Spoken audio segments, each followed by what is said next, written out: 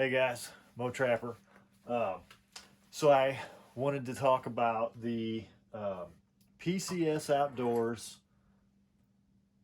SS Featherlight dog-proof raccoon traps. I had a comment on one of the videos that I did on the art traps that I should check these out, and I have to say they're pretty neat trap. So they are the main body of the trap here is cast aluminum. So um, a different material than any of the other traps that are out there. Really, they're made in the U.S. Even the swivels are stamped made in the U.S. and the swivels are very heavy duty. The J hooks are very heavy duty.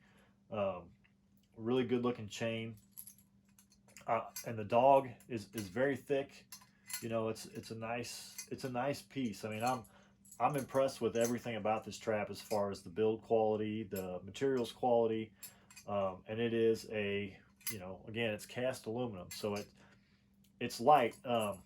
You know, you have to go with steel chain, obviously, for the weight and the strength, because aluminum chain, wouldn't be strong. But it's the trap body itself is very light for its size.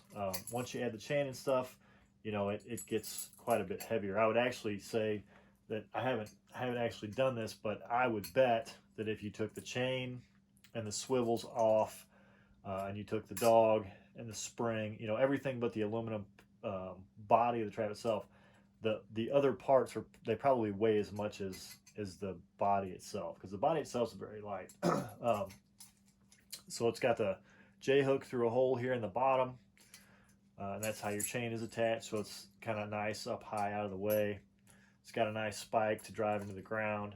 Other than that, it's very traditional, the way that you set it and everything, and it's a pull only trigger. It's got a nice rounded off trigger in there though, and it's a nice trap. It really is. I really like the quality of the trap. I like it. And this here is a Duke, just to kind of give you an idea of I guess probably the closest competitor. This is a steel trap. It's made in Korea. Very good quality as well. The swivels are decent size. J hooks look fine. The chain is good looking chain. Spring is very strong. The dog is very thick on these as well. The Dukes, now these are powder coated, so it's very durable powder coat. I've had this one. I've been using this one for a couple of seasons now, and it's held up very well. But it is steel, and you can see in a couple spots it's scratched through, and that's going to happen. You're going to have to go back and repaint it, just every couple of seasons or something, probably, or maybe even dye it and dip it, whatever you want to do. But you're going to have to do something to protect it, because it is steel, and once the powder coat scratches off, again, the powder coat's tough, but it's just, raccoons and catching, critters, and they scratch them on trees and they scratch at them themselves. And I don't think there's any coating that you can put on a trap that's going to stay on permanently. It's just a rough business to be an animal trap. So anyway, that's the Duke as a comparison. So the Duke single, so one trap, is about $11.50. Is about the cheapest I could find it online. This trap, this PCS Outdoors Featherlight, is $12. So $12 each on these. So I think it's very reasonable for a made in the USA trap. It's a little bit different, thing. Kind of a cool design. Neat that they're using aluminum. It is very light.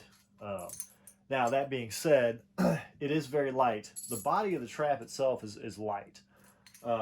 But with the chain and everything on it, I weighed them side by side, and actually I'll do that for you right now. So you can see there, 1 pound, 1.9 ounces, right? And that's the PCS Featherlight. So we'll take that guy off, drops back down to all zeros, and we'll throw the Duke on and see what it comes up to. So it is 1 pound, 2.4 ounces, right? So we're talking about ounces here, right? I mean, this is a very small difference. So as far as overall weight, there's not a big difference between the PCS Outdoors Featherlight and just a regular Duke. There may be more of a difference on different traps. I'm not certain.